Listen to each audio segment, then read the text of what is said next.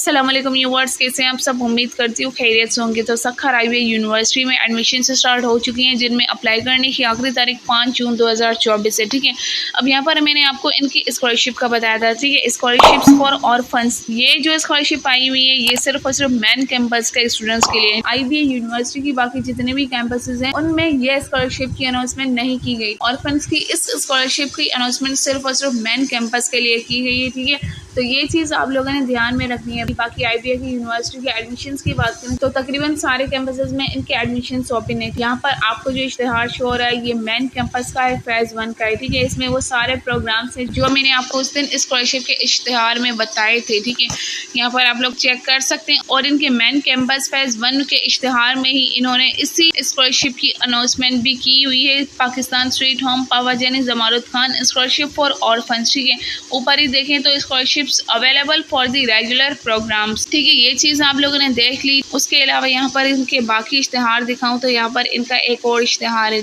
यहाँ पर कंदकोट कैंपस है, दादू कैंपस है, मीरपुर खास कैंपस है और खैरपुर कैंपस है। ठीक है, इनमें भी एडमिशन्स स्टार्ट हैं। ठीक है, लेकिन यहाँ पर इन कैंपसेस में स्कॉलरशिप की अनाउंसमेंट नहीं की गई, तो इस चीज़ का आप लोगों ने ध्यान में रखना है। अब मैं आपको बताऊंगी कि इस स्कॉलरशिप के लिए अप्लाई कैसे करना है, या फिर आप लोगों ने किसी भी इनके कैंपस में एडमिशन के लिए कैसे अप्लाई करना है। तो चलें चलते हैं वेबसाइट की तरफ। IVA की वेबसाइट का लिंक आपको वीडियो के डिस्क्रिप्शन में मिल जाएगा। अब यहाँ पर वेबसाइट पर आने के बाद अगर आप लोगों का यहाँ पर अकाउंट बना हुआ है तो आप लोगों ने अपना ईमेल एड्रेस और पासवर्ड लगाकर लॉगिन कर लेना है। अदरवाइज अगर आप फर्स्ट टाइम यहाँ पर अप्लाई कर रहे हैं तो उसके लिए ज़रूरी है कि आप लोगों ने क्रिएट एन अकाउंट पर क्लिक कर लेना है। अब यहाँ पर अगर आप लोगों ने अपना अकाउंट बनाना है तो उसके लिए ज़रूरी है कि आप लोगों ने अपना ईमेल एड्रेस देना है। ठीक है, ईमेल एड्रेस या फिर आप लोगों ने फ़ोन नंबर देना है। इनमें से जो भी देना है आप लोगों ने करेक्ट देना है। और जो भी आप अपना फ़ोन नंबर देंगे तो कोशिश करें कि वो किसी भी दूसरे नेटवर्क पर कन्वर्ट नहीं होना चाहिए। ठीक है, वरना बाद में इश्यूज़ होते हैं। उसके बाद आप लोगों ने कोई भी एक पासवर्ड क्रिएट कर लेना है। ठीक है, जो पासवर्ड आप यहाँ पर लगाएंगे वही पासवर्ड आप लोगों ने नीचे भी लगा देना है। ये चीज़ें देने के बाद आप लोगों ने क्रिएट अकाउंट पर क्लिक कर लेना है। उसके बाद आप लोगों ने लॉगिन कर लेना है। जैसे ही आप यहाँ पर लॉगिन कर लेंगे तो आपके पास यहाँ पर आपके प्रोग्राम शो हो रहे हैं। ठीक है, अब यहाँ पर जिस भी कैंपस में आप लोगों ने अप्लाई करना है तो सीधा उसी कैंपस पर आप लोगों ने टिक कर लेना है। लेकिन याद रहे जो यहाँ पर ऑर्फन्स के लिए स्कॉलरशिप्स की अनाउंसमेंट की गई थी वो सिर्फ उस मेन कैंपस में की गई। ठीक है, तो यहाँ पर जो भी ऑर्फन्स की स्कॉलरशिप के लिए अप्लाई करना चाहते हैं तो यहाँ पर आप लोगों ने सिंपली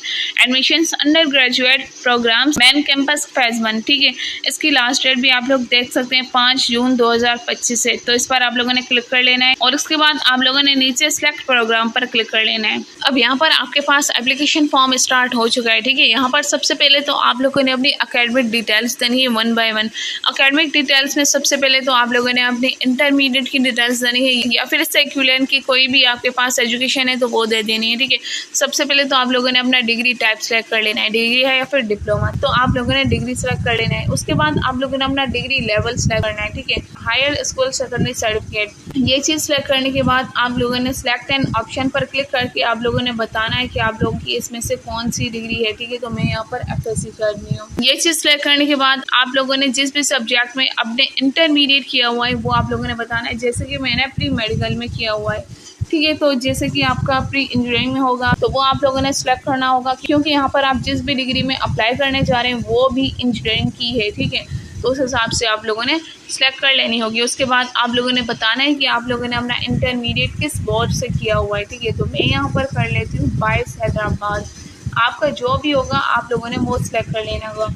ये चीज़ सेलेक्ट करने के बाद आप लोगों ने बताना होगा कि आप लोगों का जो इंटरमीडिएट था वो कब स्टार्ट हुआ, कब पास हुआ। ठीक है, ये ईयर आप लोगों ने सेलेक्ट कर लेना है। ये चीज़ करने के बाद आप लोगों ने अपना रोल नंबर टाइप कर लेना होगा। ठीक है, उसके बाद आप लोगों ने अपनी ग्रेडिंग में सबसे पहले तो आप लोगों ने सेलेक्ट करना होगा यहाँ पर आप लोगों ने मार्क्स। ठीक है, ये चीज़ बताने के बाद आप लोगों ने बताना है कि आपके इंटरमीडिएट के टोटल मार्क्स कितने थे। उसके बाद आप लोगों ने टोटल मार्क्स में से आप लोगों ने अचीव कितने किए मार्क्स। ये चीज़ें करने के बाद आप लोगों ने सेव एंड कंप्लीट सेक्शन पर क्लिक कर लेना है। अब देखें यहाँ पर मेरे पास रेड ऑप्शन आ रहा है क्योंकि मैंने सारी डिटेल्स नहीं दी हुई। ठीक है, तो इस चीज़ का आप लोगों ने ध्यान रखना है। तो मैं ये डिटेल्स देती हूँ और मैं आपको आगे का प्रोसेस बताती हूँ। जैसे ही आप अपने इंटरमीडिएट की डिटेल्स देंगे उसके बाद आपके पास कुछ इस तरह का इंटरफेस शो हो रहा होगा। ठीक है, 1 बाय वन आप लोगों ने अपनी ये सारी डिटेल्स देनी होंगी।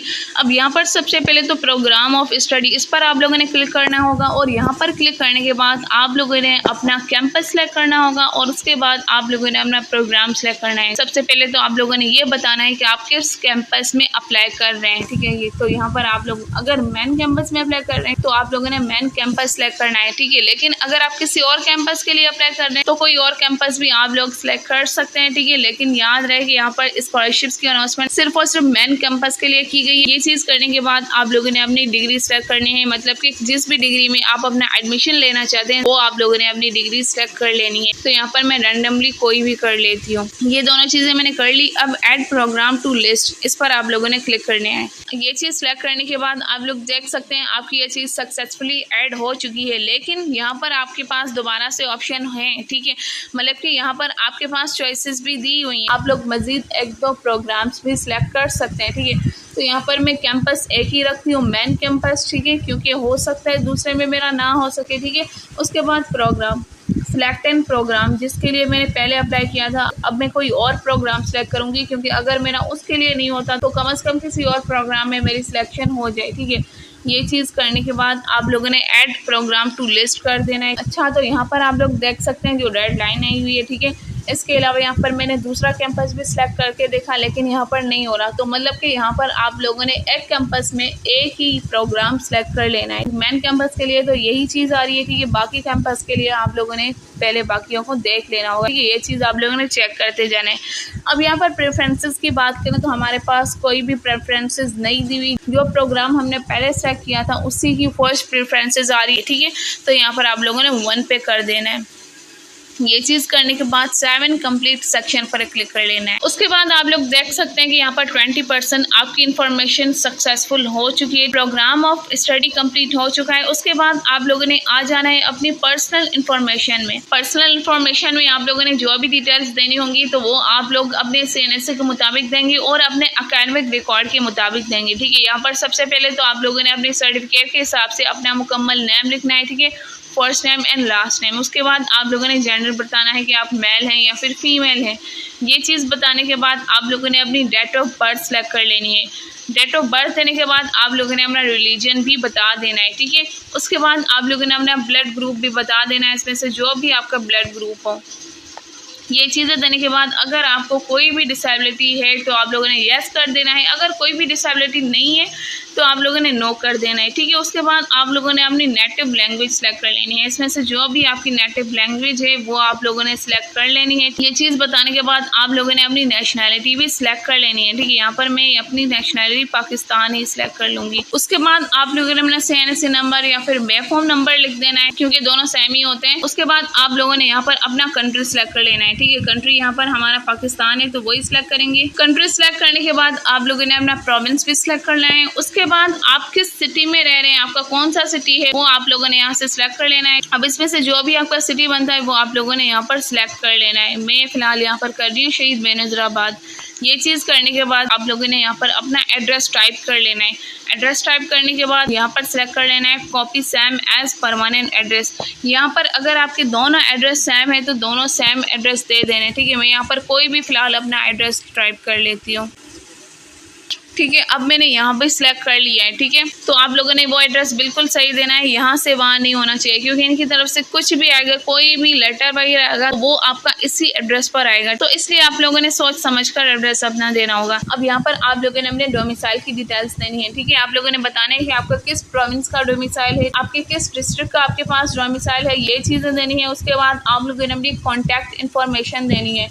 यहाँ पर सबसे पहले तो आप लोगों ने अपनी ईमेल देनी है। ईमेल आप लोगों ने बिल्कुल सही देना है, आपके पास एक्टिव होना चाहिए, ठीक है, क्योंकि कभी भी कुछ भी हो सकता है। इन केस अगर आपका फ़ोन नंबर बंद है तो कम से कम आपका ईमेल एक्टिव होना चाहिए। उसके बाद आप लोगों ने अपना होम टेलीफोन नंबर देना है। उसके बाद आप लोगों ने अपना पर्सनल मोबाइल नंबर देना है, ठीक है। होम टेलीफोन का जो ऑप्शन है अगर आपके पास होम नंबर है तो दे सकते हैं, अगर ये नहीं है तो कोई बात नहीं, आप लोगों ने अपना मोबाइल नंबर देना है, ठीक है। ये चीज़ें करने के बाद आप लोगों ने अंडरटेकिंग करनी है और उसके बाद आप लोगों ने 7 कंप्लीट सेक्शन पर क्लिक कर लेना है। अब जैसे ही आप अपनी पर्सनल डिटेल्स फिल कर देंगे, ठीक है, उसके बाद आपका यहाँ पर 50% अप्लाई हो जाएगा, ठीक है। और यहाँ पर आप लोगों के पास ग्रीन पट्टियाँ भी आ जाएंगी। उसके बाद आप लोगों ने अपने फादर गार्डियन इन्फॉर्मेशन देनी होगी, ठीक है। यहाँ पर आप लोगों ने सिलेक्ट कर लेना होगा। उसके बाद आप लोगों ने अपने फादर के CNH के मुताबिक अपने फादर का नेम लिखना है। उसके बाद आप लोगों ने अपने वालिद साहब का ही CNH नंबर लिखना है। अगर उनके पास पासपोर्ट है तो उनका पासपोर्ट नंबर भी लिख देना है, ठीक है। अगर नहीं है तो कोई इशू नहीं है। उसके बाद आप लोगों ने अपने वालिद साहब का कंट्री लिख देना है। उसके बाद उनका प्रोविंस लिख देना है, ठीक है। ऑब्वियसली ये दोनों पाकिस्तान और सिंध होंगी। उसके बाद जो भी उनका सिटी है वो आप लोगों ने सेलेक्ट कर लेना है, ठीक है। सारी इसी तरह की डिटेल्स देनी है जो आप लोगों ने अपने वक्त में दी थी, ठीक है। वही एड्रेस आप लोगों ने देना है जो जहाँ भी आपके वालिद साहब अभी रह रहे हैं, ठीक है। अगर सेम एड्रेस है तो सेम देना है। उसके बाद आप लोगों ने अपने वालिद साहब का पेशा बताना है कि वो क्या करते हैं।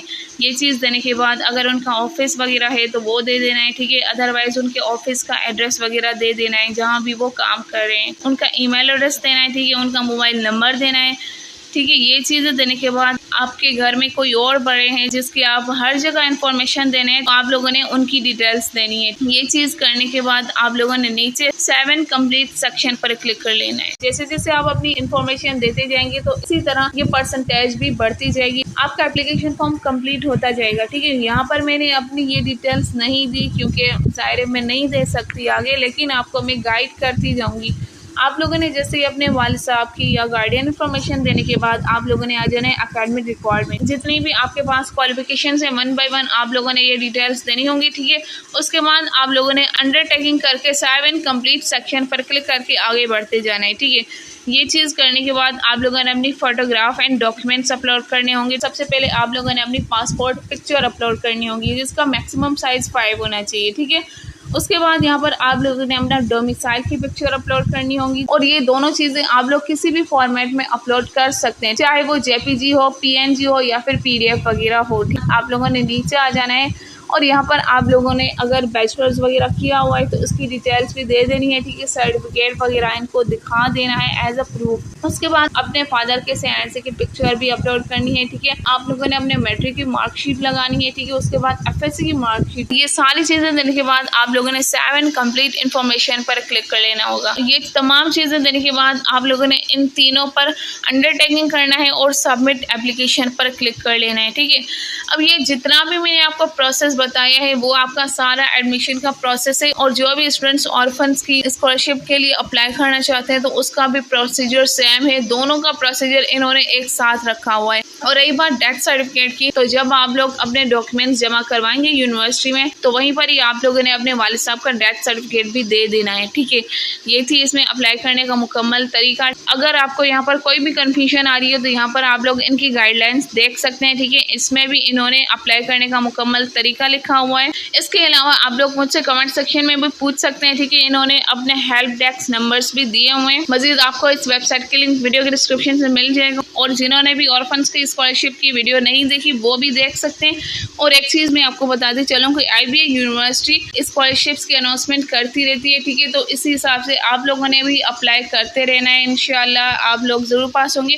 और यहाँ पर मैं आपको बताती चलूँ कि IBA यूनिवर्सिटी का एंट्री टेस्ट जो होगा वो 15 जून 2025 को होने जा रहा है, ठीक है। और इन्होंने यहाँ पर ही एक PDF दी हुई है, वो भी आप लोगों ने चेक कर लेनी है, जिसमें यहाँ पर इन्होंने इनके टेस्ट के हवाले से चीज़ें बताई हुई हैं, गाइड किया हुआ है, ठीक है। वो PDF भी मैं आपको शो करवा लेती हूँ और वो PDF आपको मेरे वीडियो के डिस्क्रिप्शन से भी मिल जाएगा। ये PDF इनकी वेबसाइट से ही आपको मिल जाएगा, ठीक है। अदरवाइज अगर नहीं मिलता तो कोई बात नहीं, यही एप्लीकेशन फॉर्म आपको मेरी वीडियो के डिस्क्रिप्शन से मिल जाएगा, ठीक है। आप लोगों ने वहाँ से ले लेना है, ठीक है। यहाँ पर आप लोगों को इनके मेन कैंपस और सब कैंपसेस में जो भी इनके टेस्ट वगैरह होंगे उनके हवाले से यहाँ पर इन्होंने गाइडलाइंस दी हुई है, ठीक है। सिलेबस वगैरह का बताया हुआ है, ये आप लोगों ने रीड कर लेना है, ठीक है।